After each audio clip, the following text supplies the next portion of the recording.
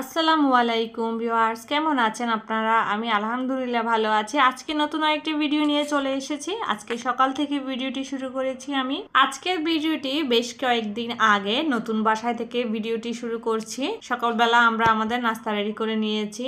আপনারা আমার ভিডিওটা কে কোথা থেকে দেখছেন কমেন্ট বক্সে কমেন্ট করে জানাবেন। অন্য পাশে আমি রুটির সাথে সাথে চাটাও তৈরি করে নিচ্ছি। সকালবেলা কিছু খাই আর না খাই, এক কাপ চা না খেলে যেন চলেই না। আপনাদের কার কার আমার মতো এই অবস্থা আমাকে জানান তো। আমি কিন্তু আগে চা খুব একটা খেতাম না, কিন্তু এখন জামার সাথে খেতে খেতে খুব বেশি অভ্যস্ত হয়ে গিয়েছি। বলতে বলতে ঈদ তো চলেই এসেছে। ঈদের মধ্যে কার কার কি প্রস্তুতি নেওয়া হয়েছে? আমি তো ঘর গুছাতে গুছাতে টায়ার্ড হয়ে যাচ্ছি।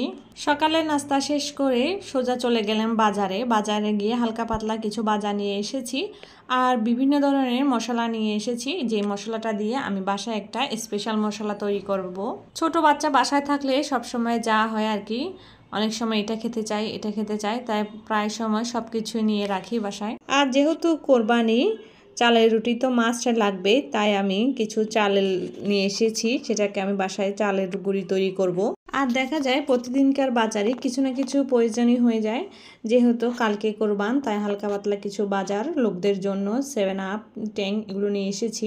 ওদেরকে শরবত দিতে হবে আর হচ্ছে একটু নাস্তা হালকা পাতলা। বাজারে এনে আমি যেই কাজটা করি, সবজিগুলো আগে খুব ভালোভাবে ধুয়ে নিই, আর যদি ডিম থাকে ডিমটাকে আমি এভাবে খুব ভালোভাবে ধুয়ে রাখি, কারণ আমার কাছে ভালো লাগে।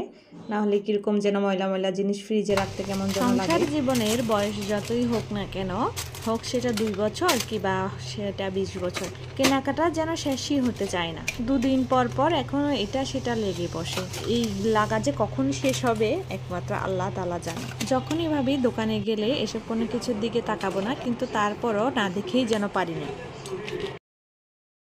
আমি বলেছিলাম বাজার থেকে কিছু মশলা এনেছি, সেই মশলাগুলো দিয়ে স্পেশাল মশলা তৈরি করব। কাবাব চিনি, 1 চামচ কালো গোলমরিচ, শাহি জিরা, আর হচ্ছে কিছু জয়ফল, কিছু জয়ত্রী, কালো এলাচ, আর হচ্ছে স্টার এনিস, মিষ্টি জিরা, সাদা গোলমরিচ, আজওয়াইন। এখানে আমি জয়ফলটা আস্ত নিয়েছি, এটা ফেটে মাঝখানের ভিতরের অংশটা দিতে হবে। মৌরি আর হচ্ছে জিরা দিয়ে নিচ্ছি। আমি আরো কিছু পরিমাণ জয়ফল আর কালো এলাচ দিয়েছি। আর এখন এতে দিয়ে নিব কিছু এলাচ, কিছু শুকনো মরিচ, আর হচ্ছে কিছু তেজপাতা। কাবাব চিনি, শাহি জিরা, মিষ্টি আর এই জয়ফলের যে ভেতরের অংশটা এটা দেখতে পাচ্ছেন, সেটাকে আমি খুব ভালোভাবে ফেটিয়ে নিব। ফেটিয়ে এটাকে 3-4 টুকরো করে নিব।